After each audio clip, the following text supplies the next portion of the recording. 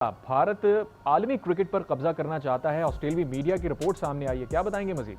जी हाफिज, ये पैसों की जंग है। जो भारतीय बोर्ड पहले से इतना रिच बोर्ड है, वो आईसीसी को भी टेक ओवर करना चाहता है। जो आईसीसी की जो राइट्स होते हैं, जो टीवी राइट्स होते हैं, वो महंगे तरीन बिकते हैं।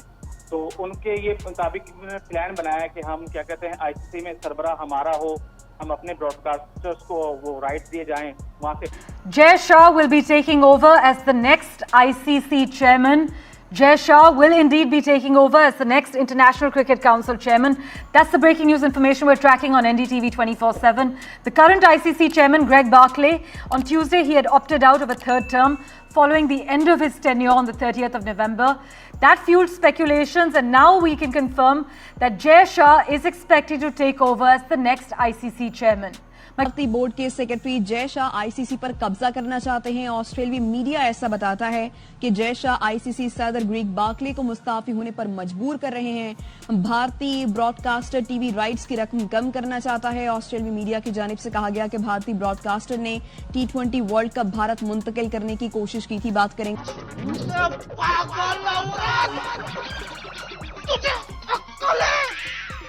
तू क्या बोल रही है?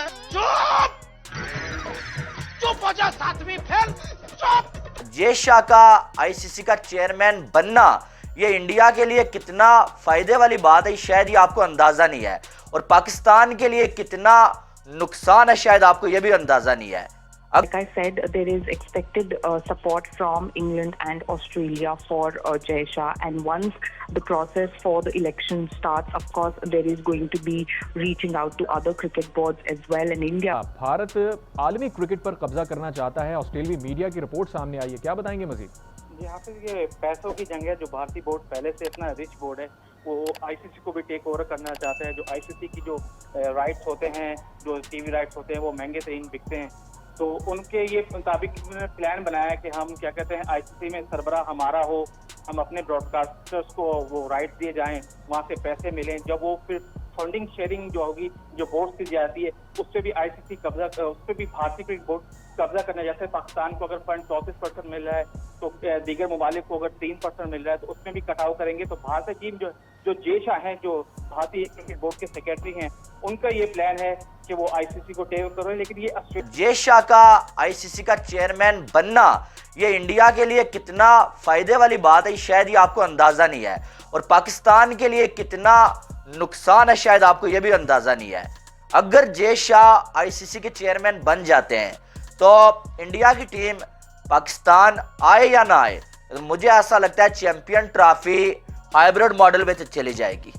आपको मालूम है कि जय शाह जो वो एशियन क्रिकेट काउंसिल में जो आपको मालूम है कि करता धरता जय शाह ही थे, और जब एशिया कप की बारी आई तो इंडिया की टीम पाकिस्तान नहीं आई, और जय शाह ने जो वो पाकिस्तान में टीम को भेजा भी नहीं, बल्कि एशिया कप को पाकिस्तान से श्रीलंका लेके चले गए। यानी कि जय शाह की बात चली वहां पर। और अब अगर जय शाह आईसीसी के चेयरमैन बन गए तो आपको मालूम है चैंपियन ट्रॉफी का रोला पड़ा हुआ है। पीसीबी कह रहा है कि टीम को पाकिस्तान में भेजना है।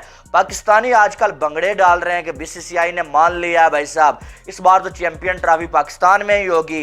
इंडिया की टीम मजबूर हो गई है पाकिस्तान आने के लिए। जय शाह आईसीसी के सामने मजबूर हो गए हैं, लेकिन यकदम जय शाह ही आईसीसी बन जाते हैं, अगर जय शाह आईसीसी के चेयरमैन बन जाते हैं, सारे फैसले जय शाह के हाथ में होंगे, तो आपको क्या लगता है कि जय शाह इंडिया की टीम को पाकिस्तान भेजेंगे?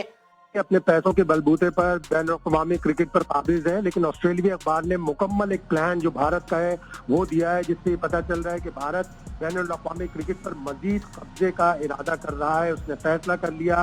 भारतीय क्रिकेट बोर्ड के जो सेक्रेटरी है जय शाह, वो आईसीसी के सदर बनना चाहते हैं। उन्होंने आईसीसी के जो सदर हैं ग्रेग बार्कले, उनको मुस्ताफी होने पर वो मुस्ताफी हो जाए और अगली टर्म के लिए सदर न बने, और भारतीय ब्रॉडकास्टर जो अवामी क्रिकेट के नशरियाती हुकूक जिसके पास है, वो अपने $3 बिलियन जो 4 साला मुआहिदा $3 बिलियन का है, उसको आधा करना चाहता है, इसलिए